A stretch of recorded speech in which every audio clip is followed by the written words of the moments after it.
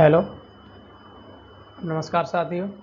आज हम चर्चा करेंगे भारतीय संविधान के प्रस्तावना से संबंधित जो प्रश्न पूछे जाते हैं, और ये प्रश्न पिछली परीक्षाओं में आए हुए हैं और आगे आने की संभावना। देखो, पहला प्रश्न देखते हैं। 42वें संविधान संशोधन अधिनियम 1976 द्वारा उद्देशिका में कौन से शब्द जोड़े गए थे? देखो, इसको ही उद्देशिका बोलते हैं या इसको प्रस्तावना, एक ही बात है। या आपका उद्देशिका लिखा, उद्देशिका या प्रस्तावना, ये दोनों एक ही बात है। ये वही प्रस्तावना है जिसको पंडित नेहरू ने 13 दिसंबर 1946 को संविधान सभा में रखा था, और यही 22 जनवरी को 1948 को पारित होकर, और ये भारत की क्या बन गई थी? उद्देशिका बन गई थी। तो इसमें 1946, हाँ, एक चीज़ और ध्यान रखें, अब तक संविधान इसमें प्रस्तावना में केवल एक ही बार संशोधन हुआ है। अब तक अगर आपसे पूछा जाए कि प्रस्तावना में कितनी बार संशोधन हुआ है, तो एक बार संशोधन हुआ है। ठीक है, एक बार संशोधन। अब वो कब हुआ है? यही 1976 में। इसमें 3 शब्द जोड़े गए थे। आप इसको सपा के नाम से याद रख सकते हैं। ठीक है, SPA, सपा। ट्रैक है, आपके ध्यान रखेंगे। ठीक है, देखो, सा से समाजवाद, सा से पंथ निरपेक्ष,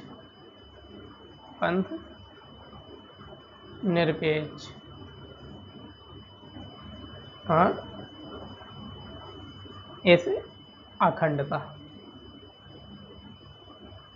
ठीक है, ये 3 शब्द प्रस्तावना में जोड़े हैं, और अब तक प्रस्तावना में केवल एक ही बार संशोधन हुआ है। चलिए अगला प्रश्न देखते हैं। संविधान की आत्मा किसे कहा जाता है? देखो, पंडित नेहरू ने प्रस्तावना को कहा था संविधान की आत्मा। किसको? प्रस्तावना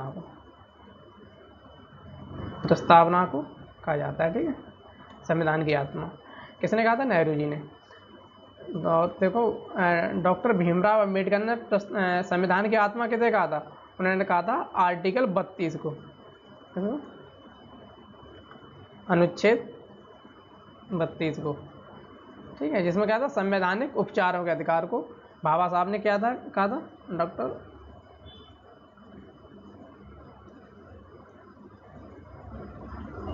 डॉक्टर अंबेडकर ने, ठीक है, आर्टिकल 32 के लिए संविधान की आत्मा कहा था। चलिए आगे बात करते हैं।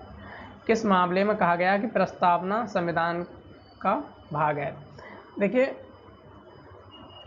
एक था मामला था बेरूवाड़ी मामले में इसमें प्रस्तावना को अंग नहीं माना था। ठीक है, प्रस्तावना को संविधान का अंग नहीं माना।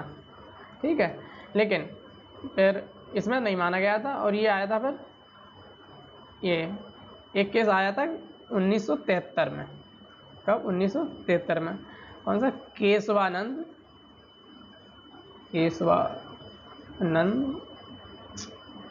बनाम केरल। बाद में सुप्रीम कोर्ट ने प्रस्तावना को संविधान का अंग माना है। केरल में प्रस्तावना को संविधान का, ठीक है, क्या माना? भाग माना। ठीक है, भाग माना है।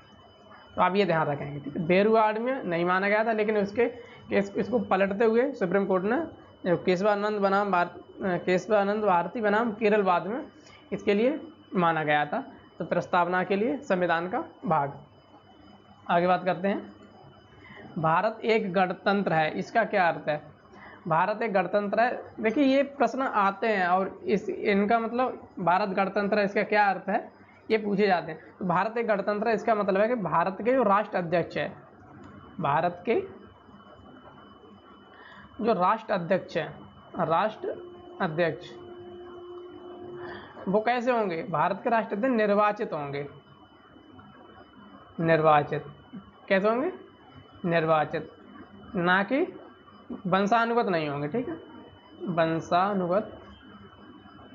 वंशानुगत नहीं होंगे।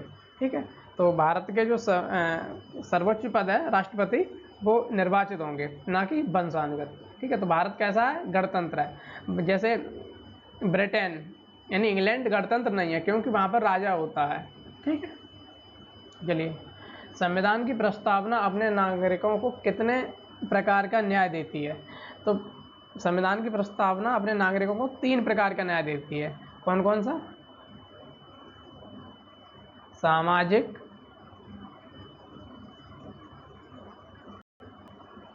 आर्थिक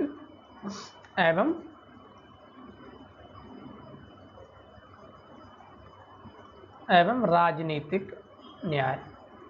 ठीक है, तो प्रस्तावना में कितने प्रकार के न्याय का उल्लेख है? तो आप ध्यान रखेंगे कितने प्रकार का है? 3 प्रकार के न्याय का उल्लेख है। 3 प्रकार के न्याय हैं। ठीक, न्याय का उल्लेख किया गया है। ठीक है, आगे बात करते हैं। प्रस्तावना में नागरिकों को कितने प्रकार की स्वतंत्रता प्रदान की गई है? तो नागरिकों के लिए 5 प्रकार की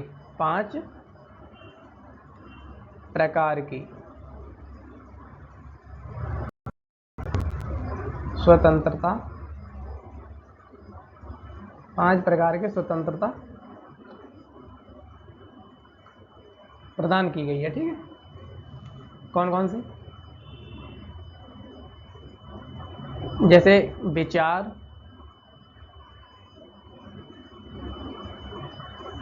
अभिव्यक्ति,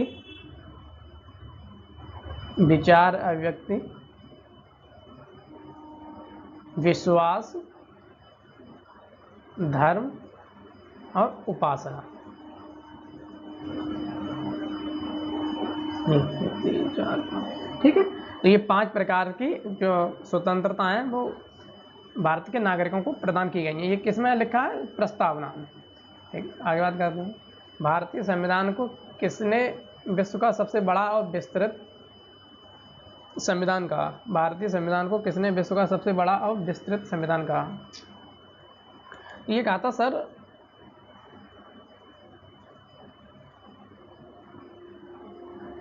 आइवर जैनिंग ने।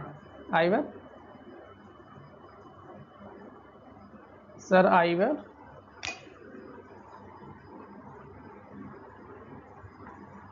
जेनिंग्स ने। ठीक है, तो सर आइवर जेनिंग्स थे, इन्होंने भारतीय संविधान के लिए विश्व का सबसे बड़ा और विस्तृत संविधान कहा था। ठीक है, चलिए आगे बात करते हैं। मूल संविधान में कुल कितने अनुच्छेद और भाग थे? तो कोई मूल जो संविधान में 395 अनुच्छेद थे। 395 अनुच्छेद और 395 क्या थे? अनुच्छेद। 395 अनुच्छेद, 8 अनुसूची और 22 भाग। ठीक है, 22 भाग थे। ठीक है, ये मूल संविधान है। ठीक है, आगे बात करते हैं। 9वीं अनुसूची कब जोड़ी गई? तो जो 9वीं अनुसूची है वो पहले यानी प्रथम संविधान संशोधन 1951 में जोड़ी गई थी। ठीक है, और ये किससे संबंधित थी? भूमि सुधार से। भूमि सुधार से संबंधित थी। ठीक है, फिर उसके बाद 10वीं जो अनुसूची जोड़ी गई थी, कौन सी? 10वीं जोड़ी गई थी, वो थी दल बदल से संबंधित। ठीक है, दल बदल से संबंधित थी। ठीक है, तो ये ध्यान रखें आप। आगे बात करते हैं। भारत में कैसी शासन प्रणाली अपनाई गई है? तो भारत में जो शासन प्रणाली अपनाई गई है वो अपनाई गई संसदीय शासन प्रणाली। संसदीय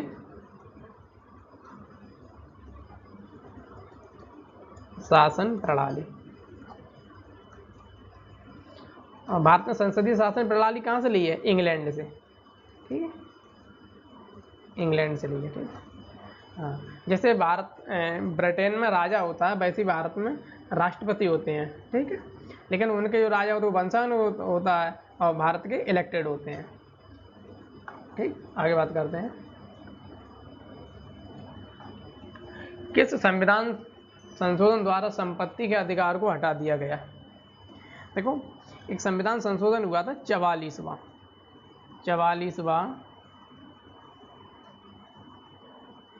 संविधान संशोधन,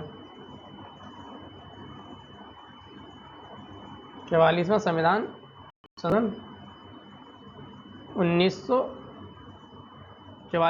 संशोधन 1978 में हुआ ये। ठीक है, 1978 में। इसके द्वारा क्या किया गया था? जो संपत्ति का अधिकार था, संपत्ति के अधिकार को हटा दिया गया और हटा के इसको अनुच्छेद 300 का के तहत इसे एक विधिक अधिकार बना दिया। विधिक कह सकते हैं आप, कानूनी अधिकार। ठीक है, तो संपत्ति का अधिकार है वो हमारा मौलिक अधिकार नहीं रहा, वो क्या है? कानूनी अधिकार है। तो 1978 से पहले कितने मौलिक अधिकार थे? 7। कौन सा हट गया? संपत्ति का अधिकार। अब कितने बचे? 6 मौलिक अधिकार हमारे पास हैं। ठीक है, चलिए आगे बात करते हैं। भारतीय संविधान को किसने आवश्यकता से अधिक कठोर कहा? भारतीय संविधान को किसने आवश्यकता से अधिक कठोर? ये भी इन्होंने नहीं कहा था, जो अभी थे सर आइवर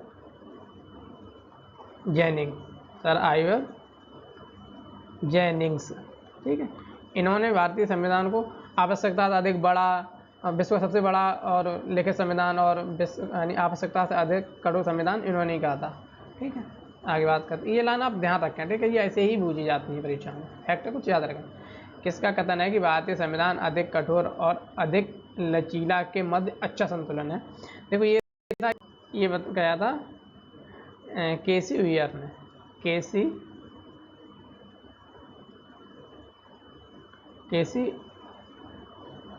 ने। इन्होंने बताया था कि कहा था भारतीय संविधान है वो आवश्यकता से अधिक कठोर और अधिक लचीला के मध्य एक अच्छा संतुलन है। ठीक है, तो इसे आप ध्यान रखें।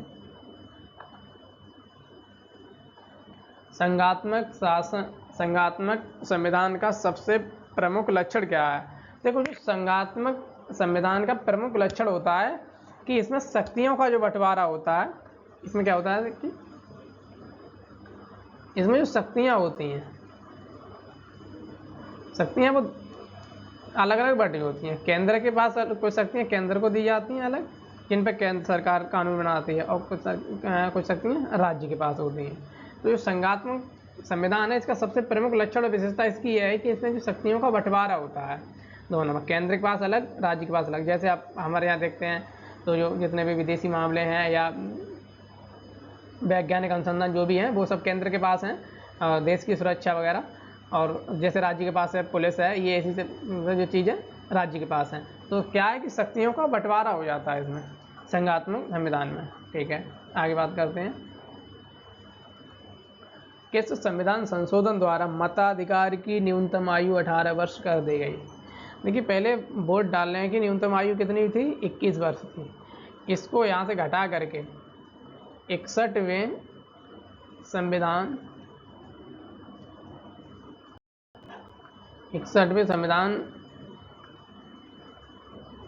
संशोधन द्वारा 61वें संविधान संशोधन 1989 द्वारा, ठीक है, 61वां संविधान संशोधन 1989 द्वारा कितनी कर दी? 18 वर्ष कर दी गई। ठीक है, तो मतदान की आयु पहले 21 वर्ष थी, अब कितनी कर दी? 18 वर्ष। ये कई बार आया था, 2018 में भी वीडियो की परीक्षा दी थी, उसमें भी आया था ये, और कई बार आते हैं, नहीं क्वेश्चन रिपीट भी होते हैं।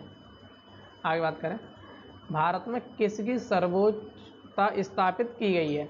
देखो, तो भारत में सर्वोच्चता किसकी स्थापित की गई है? तो हमारे यहाँ सर्वोच्च संविधान।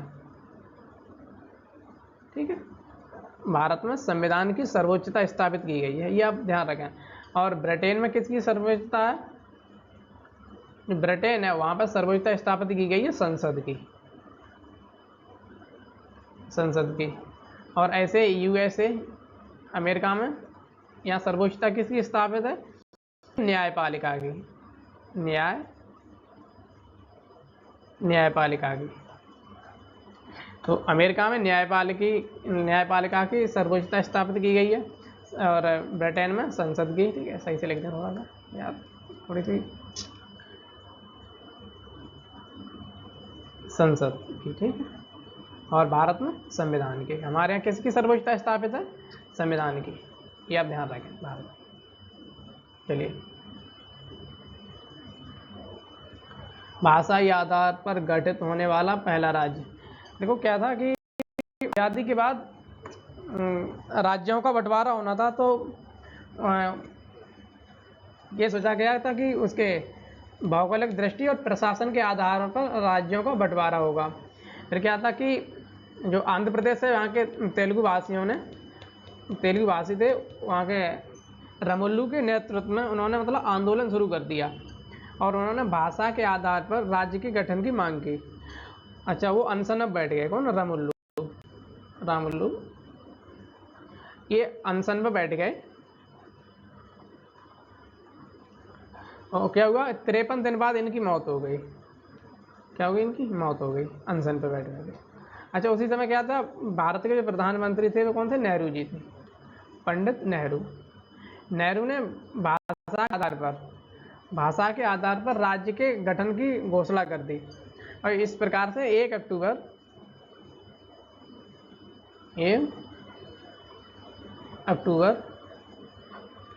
1953 को 1 अक्टूबर 1953 को आंध्र प्रदेश 1 अक्टूबर 1953 को ये आंध्र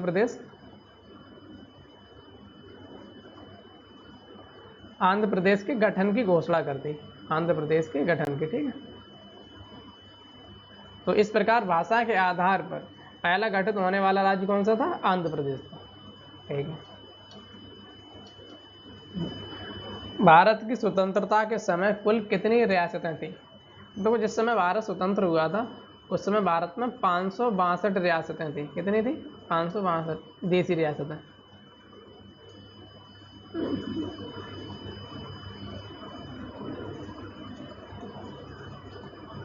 ठीक।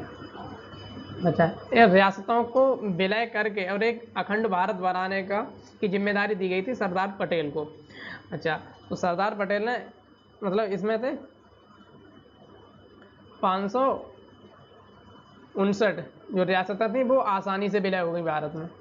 ठीक है, 559 रियासतें आसानी से विलय हो गई। अब बची 3 रियासतें, तो 3 कौन कौन सी बची थी? 3 में एक बची थी जम्मू कश्मीर,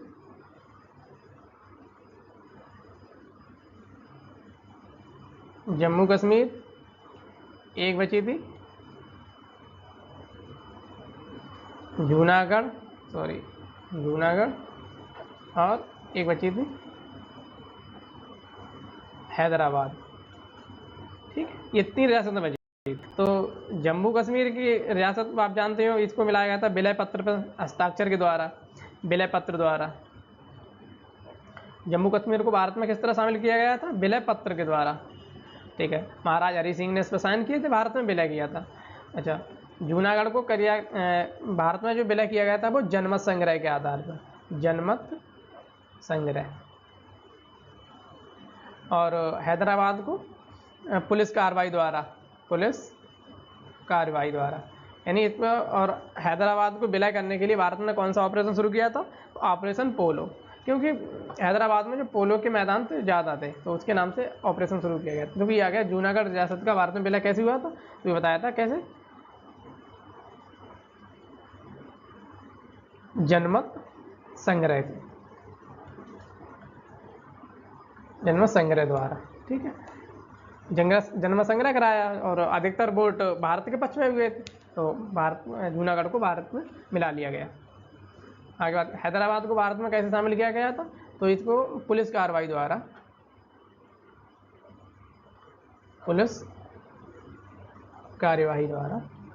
और कौन सा भारत में ऑपरेशन चलाया था? ऑपरेशन पोलो।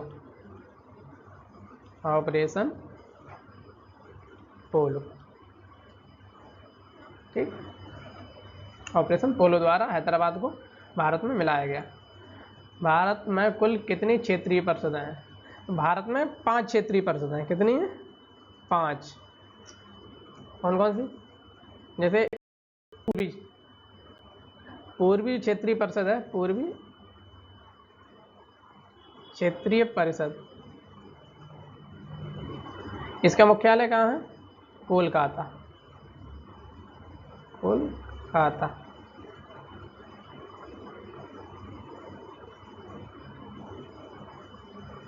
थोड़ा ऊपर हटा दें।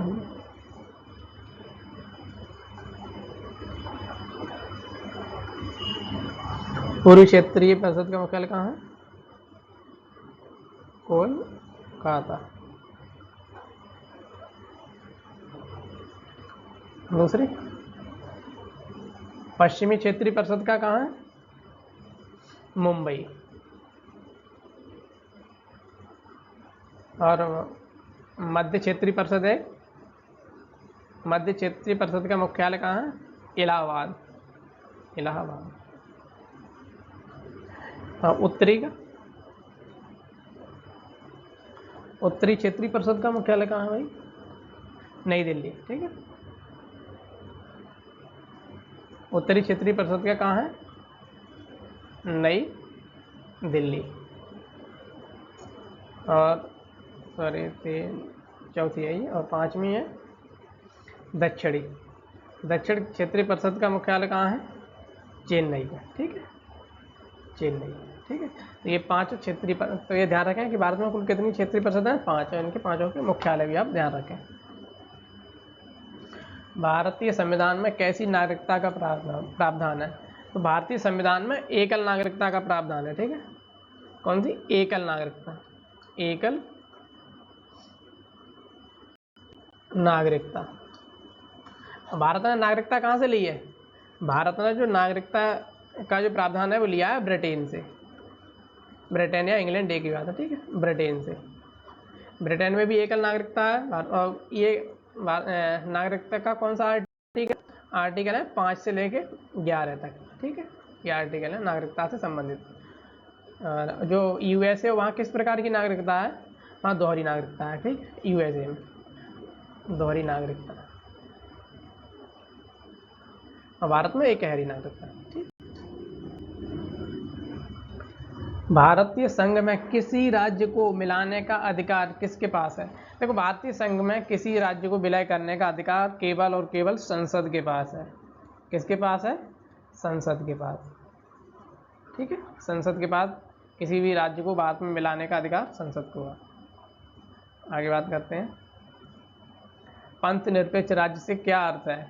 देखो, पंथ निरपेक्ष राज्य से अर्थ ये होता है कि राज्य कोई धर्म नहीं होता, राज्य गलती याद होता,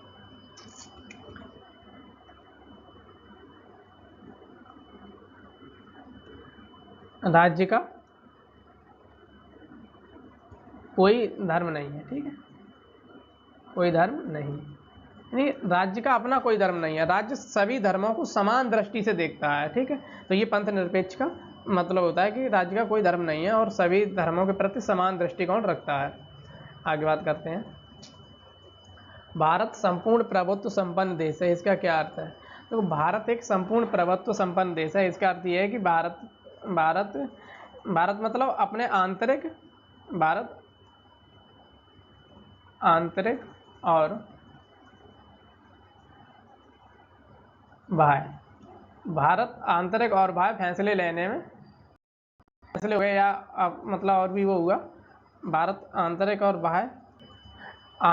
बाह्य फैसले लेने में भारत पूरी तरह से स्वतंत्र है। मतलब किसी भी विदेशी शक्ति का हमारे ऊपर कोई वो नहीं है, भारत किसी भी विदेशी शक्ति के अधीन नहीं है, हमारी चाहे विदेश नीति हो चाहे जो भी है, हमारा मतलब क्या है? स्वतंत्र है, ठीक है। और चलिए आज यहीं तक बात करते हैं और इससे आगे कल चर्चा करेंगे। तब तक के लिए जय हिंद, धन्यवाद।